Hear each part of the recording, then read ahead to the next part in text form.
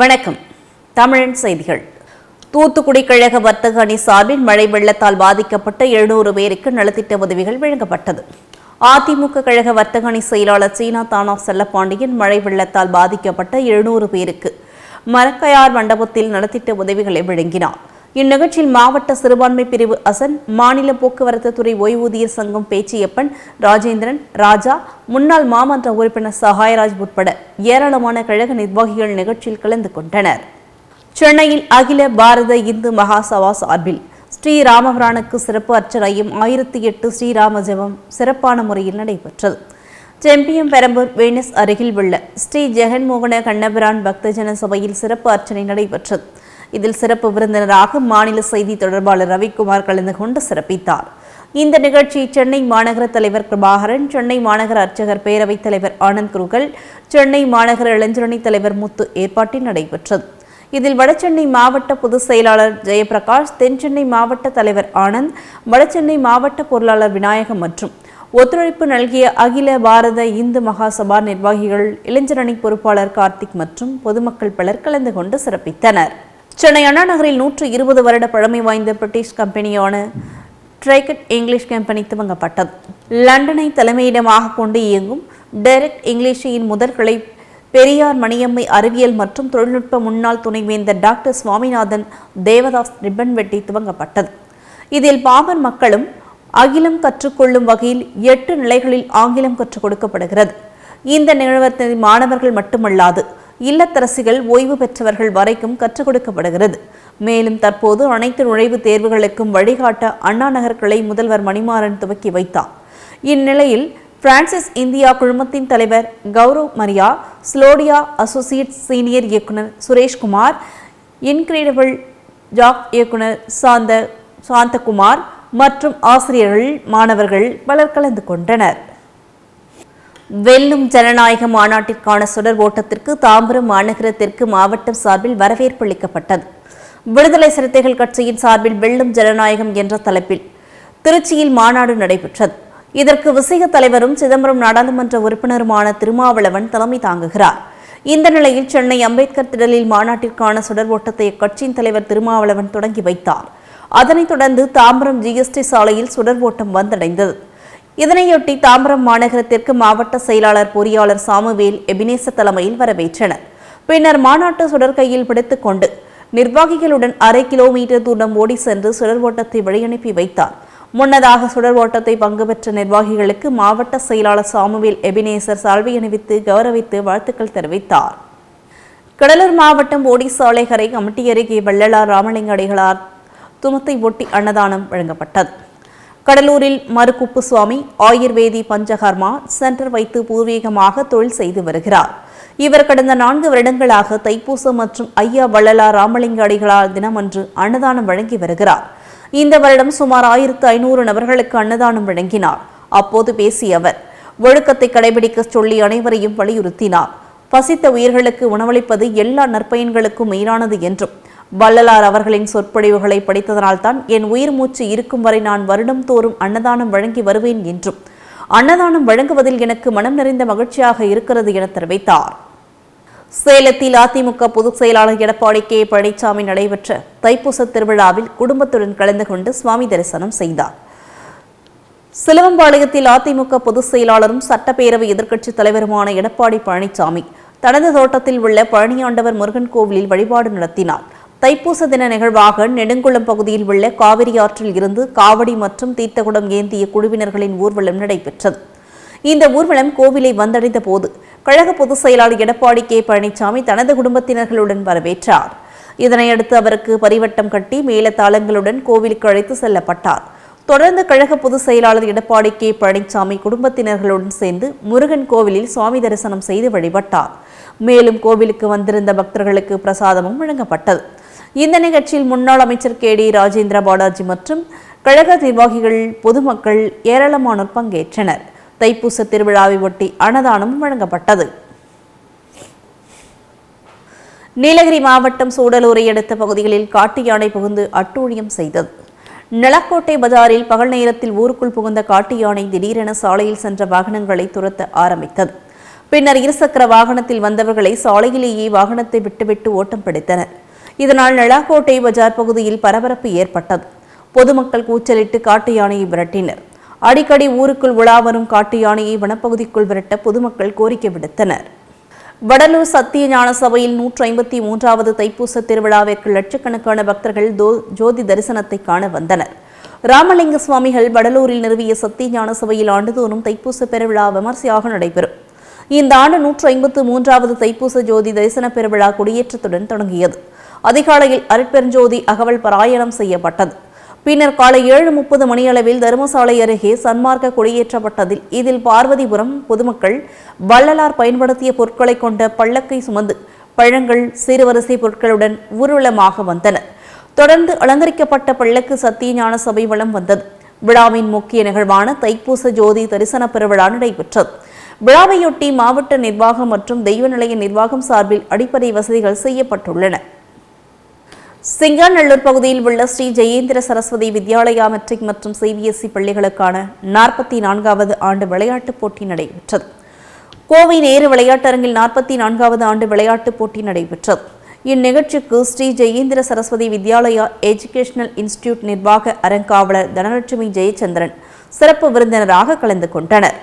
இந்த 44வது ஆண்டு விளையாட்டுப் போட்டியின் முதல் நிகழ்வாக தேசிய கொடி, பள்ளிக்கொடி மற்றும் ஒலிம்பிக் கொடி ஏற்றி வைக்கப்பட்டது. தொடர்ந்து மாணவர்களின் அணிவகுப்பு நடைபெற்றது. மேலும் ஸ்ரீ ஜெயேந்திர சரஸ்வதி வித்யாலயா மெட்ரிக் மற்றும் சிபிஎஸ்இ பள்ளி மாணவர்கள் சுமார் 500க்கும் மேற்பட்டோர் பங்கேற்றனர். இதில் யோகா, கராத்தே, சிலம்பம் மற்றும் பிரமீடுகள் போன்ற நிகழ்வுகள் அனைவரையும் கவர்ந்தது. இதில் ஆசிரியர்கள், உடற்கல்வி ஆசிரியர்கள் ஆகியோர் கலந்து கொண்டு நிகழ்ச்சியை ஒருங்கிணைத்தனர். சிவகங்கை மாவட்டத்தில் 14வது தேசிய வாக்காளர் தினத்தை முன்னிட்டு விழிப்புணர்வு பேரணி நடைபெற்றது. 14வது தேசிய வாக்காளர் தினத்தை முன்னிட்டு மாவட்ட ஆட்சித்தலைவர் ஆஷா அஜித் பேரணியை அரண்மனை வாசல் பகுதியில் கொடியசைத்து துவக்கி வைத்தார். இதில் பள்ளி மற்றும் கல்லூரி மாணவ மாணவியர்களிடையே நடைபெற்ற பல்வேறு போட்டிகளில் வெற்றி பெற்றவர்களுக்கு பரிசு மற்றும் பாராட்டு சான்றிதழ்களை வழங்கினார். இந்த நிகழ்ச்சியில் எதிர்கால இந்தியாவின் தூண்களாக விளங்கும் இளைஞர்களிடையே விழிப்புணர்வு ஏற்படுத்தப்பட்டு ஊக்குவிக்கப்பட்டு வருகிறது. 18 வயது பூர்த்தியடைந்த அனைத்து இந்திய குடிமக்களும் ஒவ்வொரு தேர்தலின் போது வாக்களித்து தங்களது வாக்குரிமையை நிலைநாட்ட வேண்டும் என மாவட்ட ஆட்சித்தலைவர் திருமதி ஆஷா அஜித் தெரிவித்தார். இவ்விழாவில் தேசிய வாக்காளர் தின உறுதிமொழி மாவட்ட ஆட்சித்தலைவர் தலைமையில் ஏற்கப்பட்டது. இவ்விழாவில் மாவட்ட வருவாய் அலுவலர் மோகனசுந்தரன், சிவகங்கை வருவாய் கோட்டாட்சியர் சுசிதா மோகனச்சந்திரன், மாவட்ட ஆட்சியரின் நேர்முக உதவியாளர் ஜெயமணி, வட்டாட்சியர் மேசியதாஸ் மற்றும் அரசு அலுவலர்கள், கல்லூரி பேராசிரியர்கள், பள்ளி ஆசிரியர்கள், மாணவ மாணவியர்கள் உட்பட பலர் கலந்து கொண்டனர். தூத்துக்குடி மாவட்டம் கோவில்பட்டி அருகே தைப்பூச திருவிழா கோலாகலமாக நடைபெற்றது. தென்பழனி என்று அழைக்கப்படும் கழுகுமலை குடைவரை கோவிலான கழுகாசலமூர்த்தி திருக்கோவிலில் தைப்பூச திருவிழாவை முன்னிட்டு ஆயிரக்கணக்கான பக்தர்கள் சுவாமி தரிசனம் செய்து வருகின்றனர். சங்கரன் கோவில் குருகல்பட்டி கிராமத்தை சேர்ந்த பக்தர்கள் அழகு குத்தியும் பறவை காவடி எடுத்து கந்தனுக்கு அரோகரா, முருகனுக்கு அரோகரா என, வெற்றிவேல் முருகனுக்கு அரோகரா என பக்தர்கள் முழக்கத்துடன் நேர்த்திக்கடனை நிறைவேற்றினர். தொடர்ந்து திருச்செந்தூருக்கு பாத யாத்திரை பயணத்தையும் தொடங்கினர். சிவகங்கை மாவட்டம் பூவந்தி அருகே கேந்திர வித்யாலயா பள்ளி கழிவறையில் ரகசிய கேமரா பொருத்தப்பட்டிருப்பதாக பள்ளியின் முதல்வர் காவல் நிலையத்தில் புகார் அளித்தார். இலுப்பக்குடியில் அமைந்துள்ள இந்திய திபெத் பாதுகாப்பு பயிற்சி மைய வளாகத்தில் கேந்திர வித்யாலயா பள்ளி இயங்கி வருகிறது. 1ஆம் வகுப்பு முதல் 8ஆம் வகுப்பு வரை உள்ள இப்பள்ளியில் சுமார் 300 மாணவ மாணவிகள் படித்து வருகின்றனர். இந்நிலையில் சில மாணவிகள் பள்ளியின் கழிவறைக்கு சென்றபோது அங்கு ஒரு பகுதியில் ரகசிய கேமரா பொருத்தப்பட்டு இருப்பதைக் கண்டு அதிர்ச்சியடைந்தனர்.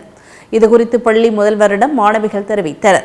இதனையடுத்து கழிவறைக்கு சென்று ஆய்வு செய்த பள்ளி முதல்வர் தினகரன் அங்கு ரகசிய கேமரா பொருத்தப்பட்டிருப்பதை உறுதி செய்தார். உடனடியாக பூவந்தி காவல் நிலையத்தில் புகார் அளித்தார். புகாரின் பேரில் வழக்கு பதிவு செய்த பூவந்தி காவல் நிலைய ஆய்வாளர் மணியன் தீவிர விசாரணையை மேற்கொண்டுள்ளார். பள்ளியின் கழிவறையில் ரகசிய கேமரா பொருத்தப்பட்டிருந்த மாணவ மாணவியர்கள், பெற்றோர்கள் என அனைவரையும் அதிர்ச்சியில் ஆழ்த்தியுள்ளது. பெரம்பலூர் மாவட்டத்தில் பல்வேறு புதிய திட்டப்பணிகளுக்கு அடிக்கல் நாட்டி முடிவுற்ற பணிகளை தொடங்கி வைத்தார். போக்குவரத்து துறை அமைச்சர் சிவசங்கர் வேப்பூர் ஊராட்சி ஒன்றியத்திற்கு உட்பட்ட பல்வேறு பகுதிகளில் மாவட்ட ஆட்சித்தலைவர் கற்பகம் தலைமையில் பல்வேறு புதிய திட்டப்பணிகளுக்கு அடிக்கல் நாட்டி முடிவுற்ற பணிகளை தொடங்கி வைத்தார். இதுகுறித்து போக்குவரத்து துறை அமைச்சர் தெரிவிக்கும் போது, தமிழ்நாடு முதலமைச்சர் ஸ்டாலின் பொறுப்பேற்றதில் இருந்து ஏழை எளிய அடித்தட்டு மக்களின் நலனை கருத்தில் கொண்டு எண்ணிலடங்கா திட்டங்களை செயல்படுத்தி வருகிறார்கள் என்றார். பெரம்பலூர் மாவட்ட மக்கள் பயன்பெறும் வகையில் அரசின் திட்டங்கள் அனைத்து முறையாக செயல்படுத்தப்பட்டு வருகிறது என கூறினார்.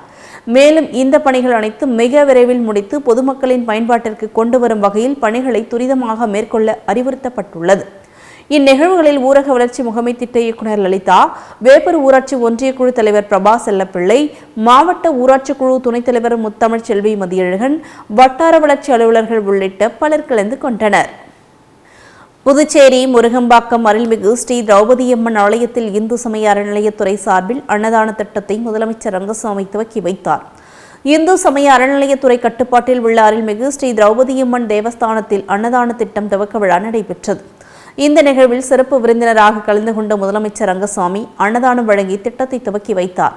இந்த நிகழ்ச்சியில் முன்னாள் சபாநாயகர் சபாபதி, அரியாங்குப்பம் சட்டமன்ற உறுப்பினர் பாஸ்கர், இந்திரா நகர் சட்டமன்ற உறுப்பினர் ஆறுமுகம் ஆகியோர் கலந்து கொண்டனர். நிகழ்ச்சிக்கான ஏற்பாடுகளை கோவில் நிர்வாக அதிகாரி மற்றும் அருள்மிகு திரௌபதியம்மன் தேவஸ்தான ஆலய நிர்வாகிகள் செய்திருந்தனர். தொடர்ந்து அருள்மிகு திரௌபதியம்மன் ஆலயத்தில் எழுந்தருளியுள்ள ஸ்ரீ முத்துக்குமார சுவாமிக்கு தைப்பூச விழா நடைபெற்றது. இதில் சிறப்பு பூஜை நடைபெற்றதுடன் சுமார் 2000 பேருக்கு அறுசுவை விருந்தும் வழங்கப்பட்டது. இதில் ஏராளமான பொதுமக்கள் பலர் கலந்து கொண்டனர். வேலூரில் தேசிய வாக்காளர் தின விழிப்புணர்வு நிகழ்ச்சி ஆட்சியர் குமாரவேல் பாண்டியன் தலைமையில் நடைபெற்றது. வேலூர் மாவட்ட ஆட்சியர் குமாரவேல் பாண்டியன் தேசிய வாக்காளர் தின விழிப்புணர்வு போட்டிகளில் பங்கேற்று வெற்றி பெற்ற மாணவ மாணவிகளுக்கு சான்றிதழ்கள் வழங்கி பாராட்டினார். இதில் வயதில் மூத்த உறுப்பினர்களுக்கு சால்வை அணிவித்து வாழ்த்தினார்.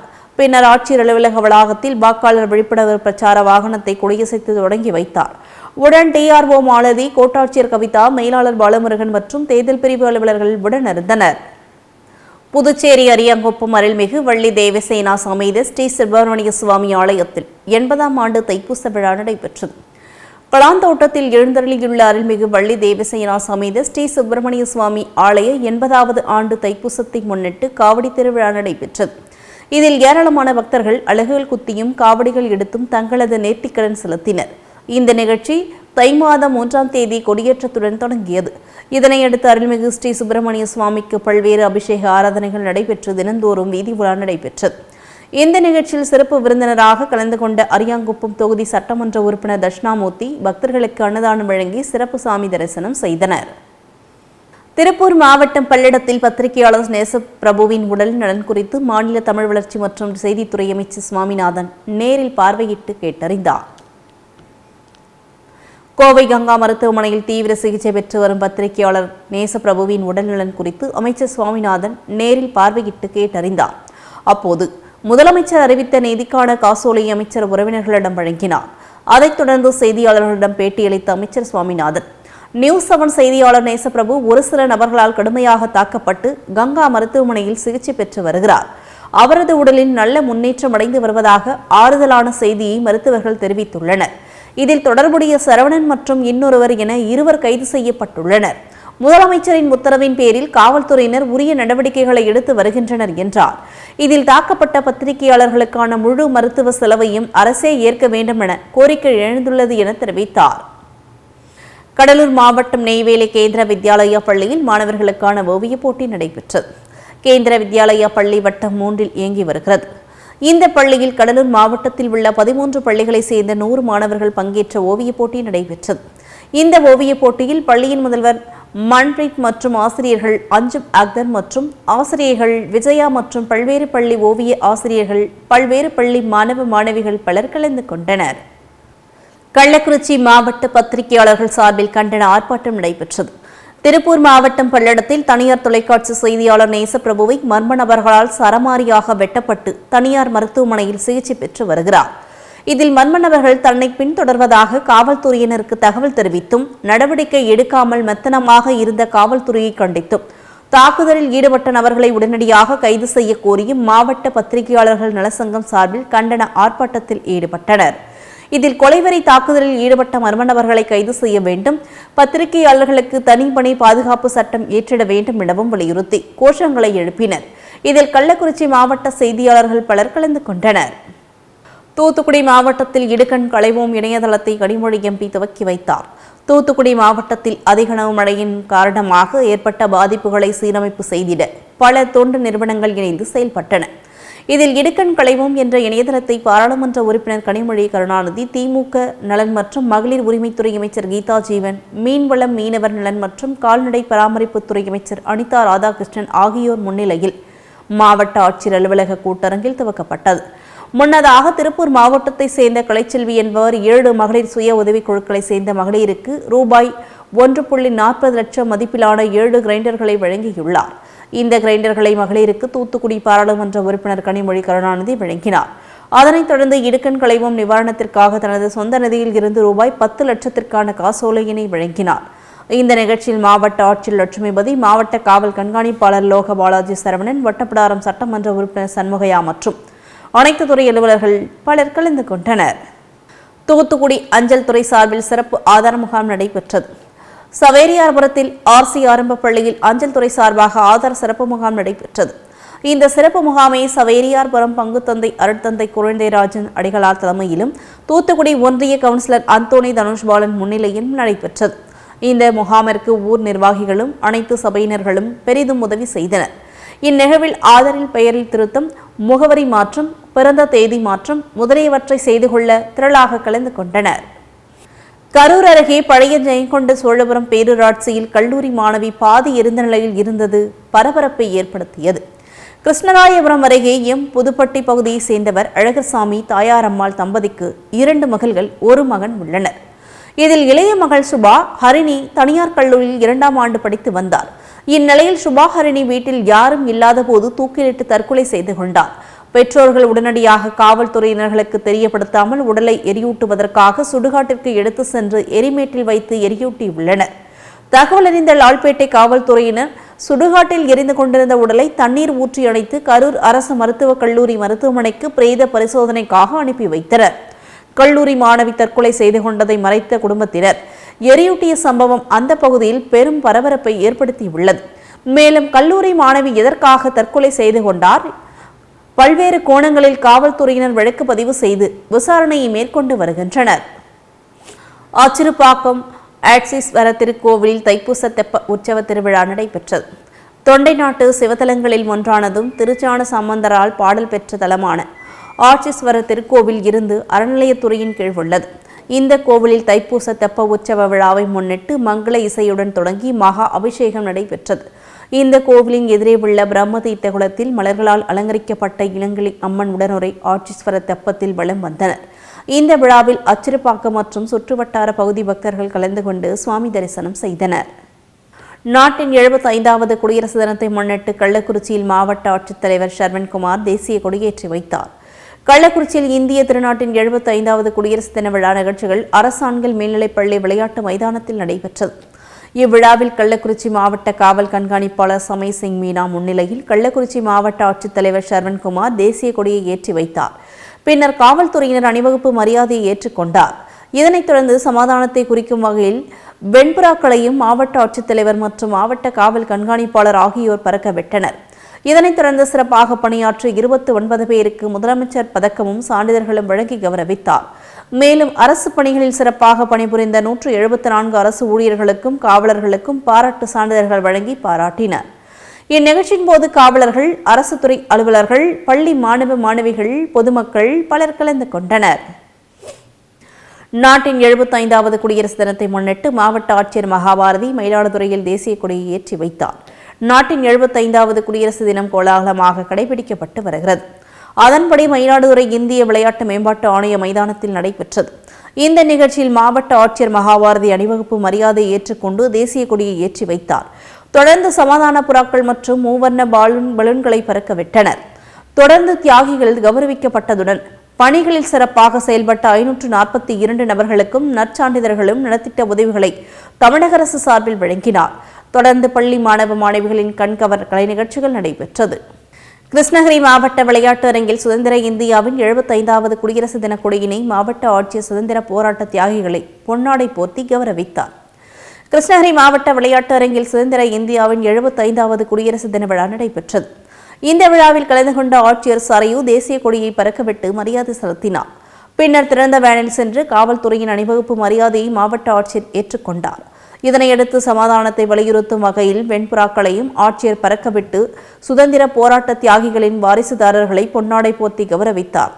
பின்னர் முன்னாள் படைவீரர் நலத்துறை, வேளாண்மைத்துறை, தோட்டக்கலை உள்ளிட்ட 5 துறைகளின் சார்பில் 77 பயனாளிகளுக்கு 60 லட்சம் ரூபாய் மதிப்பிலான நலத்திட்ட உதவிகளை ஆட்சியர் வழங்கினார்.